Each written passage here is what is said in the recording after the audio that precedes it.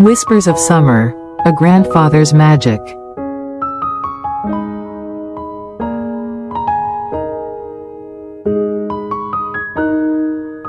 On the days when my grandpa goes to work in his uniform, he is very solemn. Early in the morning, he looks in the mirror hanging on the pillar, shaves, and combs his hair neatly with oil.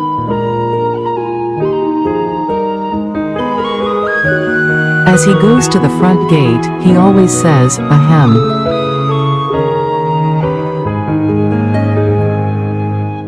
and throws his shoulders back and says, "I'll buy you something delicious for dinner." He then walks briskly. Every day, my grandma washes Grandpa's shirts by hand and irons them with the hot charcoals on the iron. When she irons, Grandma becomes so serious as if she is afraid that a piece of charcoal might fall on the white shirt. Sometimes, the two of them look alike.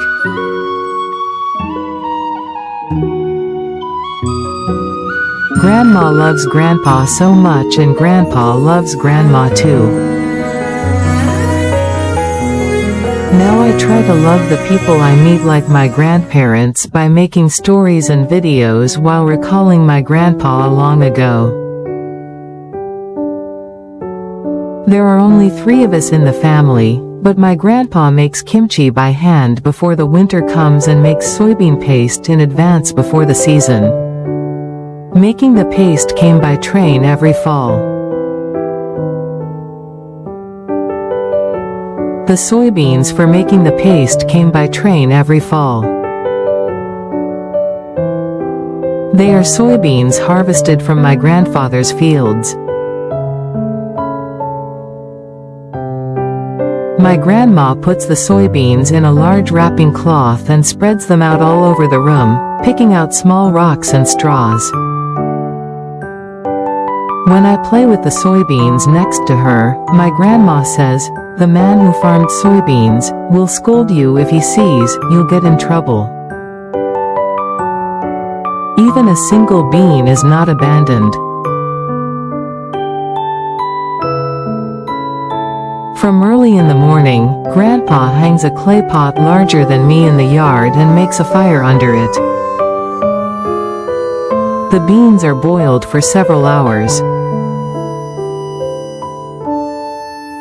Boiled beans are put in a large wooden mortar and pounded by the grandpa with a long wooden millstone. Sweat drips down from the grandpa's face.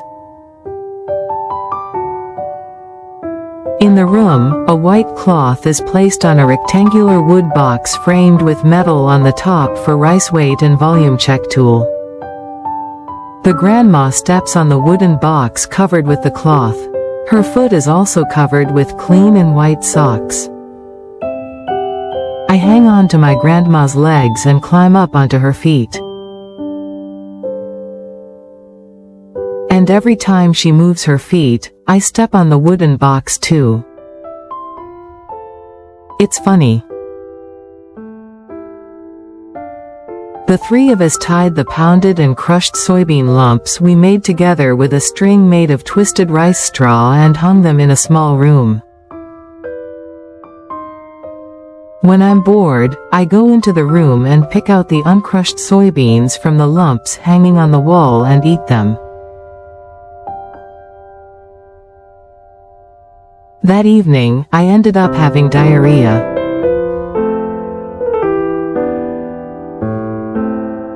When I have diarrhea, half my face disappears. My grandfather is very much nervous and concerned about my health. The small room was locked.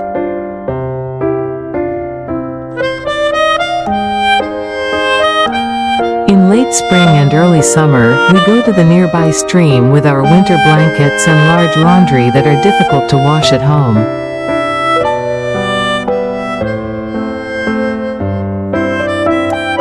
The small laundry cloth is placed on a large flat stone and beaten with a wood bat by Grandma. Grandpa goes into the water and does a big wash.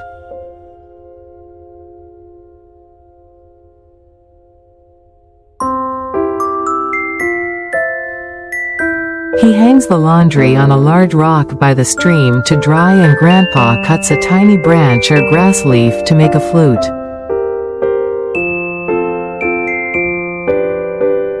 The knife with a handle that Grandpa carries around on his waist has many uses.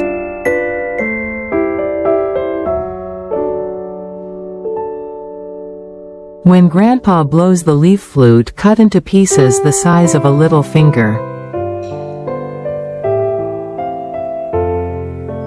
Grandpa even makes a song by matching the rhythm of the flute. I tried blowing the leaf flute too, but it only smelled like grass and made no sound. He is a magician.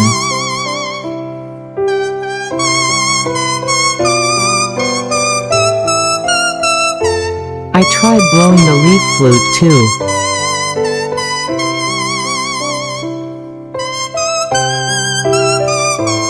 But it only smelled like grass and made no sound.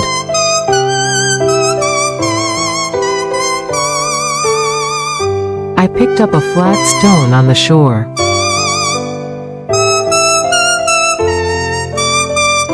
And I rubbed the red stone with water to make paint.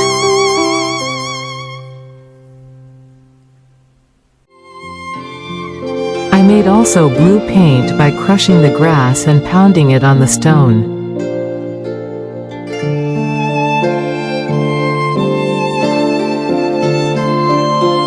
I put the paint on my fingers and drew pictures on the flat stone.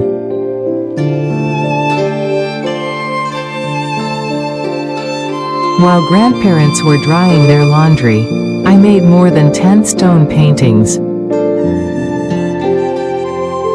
I drew baby goats eating grass.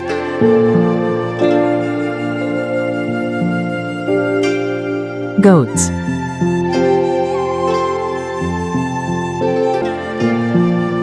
Grandpa loved it so much.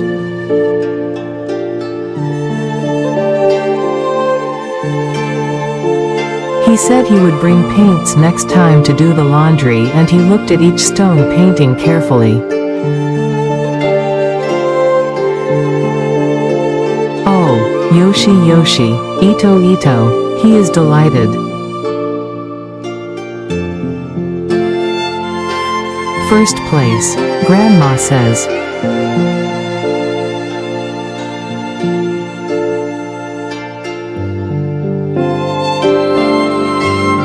To comfort me who couldn't play the leaf flute, Grandpa picked some ground cherry from the flower bed next to the train station office.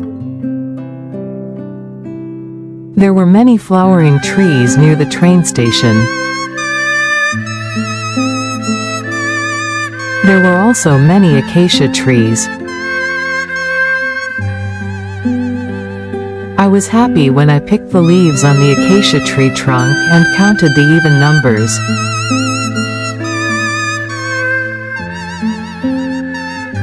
This is a rule I made for myself.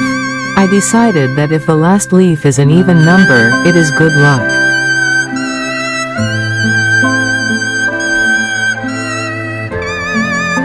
If an odd number of leaves comes out, I say, "I," and tear off the acacia stem again and count. When you open the dark red leaves of the ground cherry, there are tiny, tiny fruit like eggs inside. It takes skill to separate the leaves and fruits.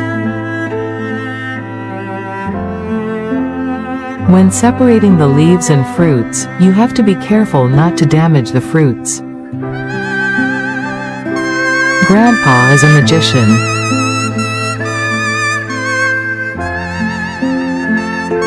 If you press and release the separated the ground cherry fruit with your finger, the fruit becomes soft. Then, you dig out the inside of the fruit with a thick needle used for sewing quilts. From inside, white small grains come out. When all the grains come out, put it in your mouth and gently press the fruit with your lower lip, and you will hear a beautiful sound. I was able to blow the ground cherry fruit well even though I didn't practice it even a few times. Once you blow a ground cherry fruit, you can't blow it next time.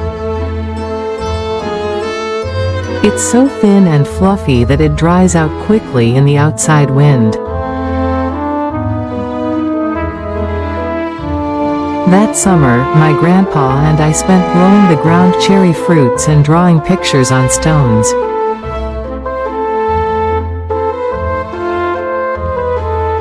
Just thinking about it brings a smile to my face.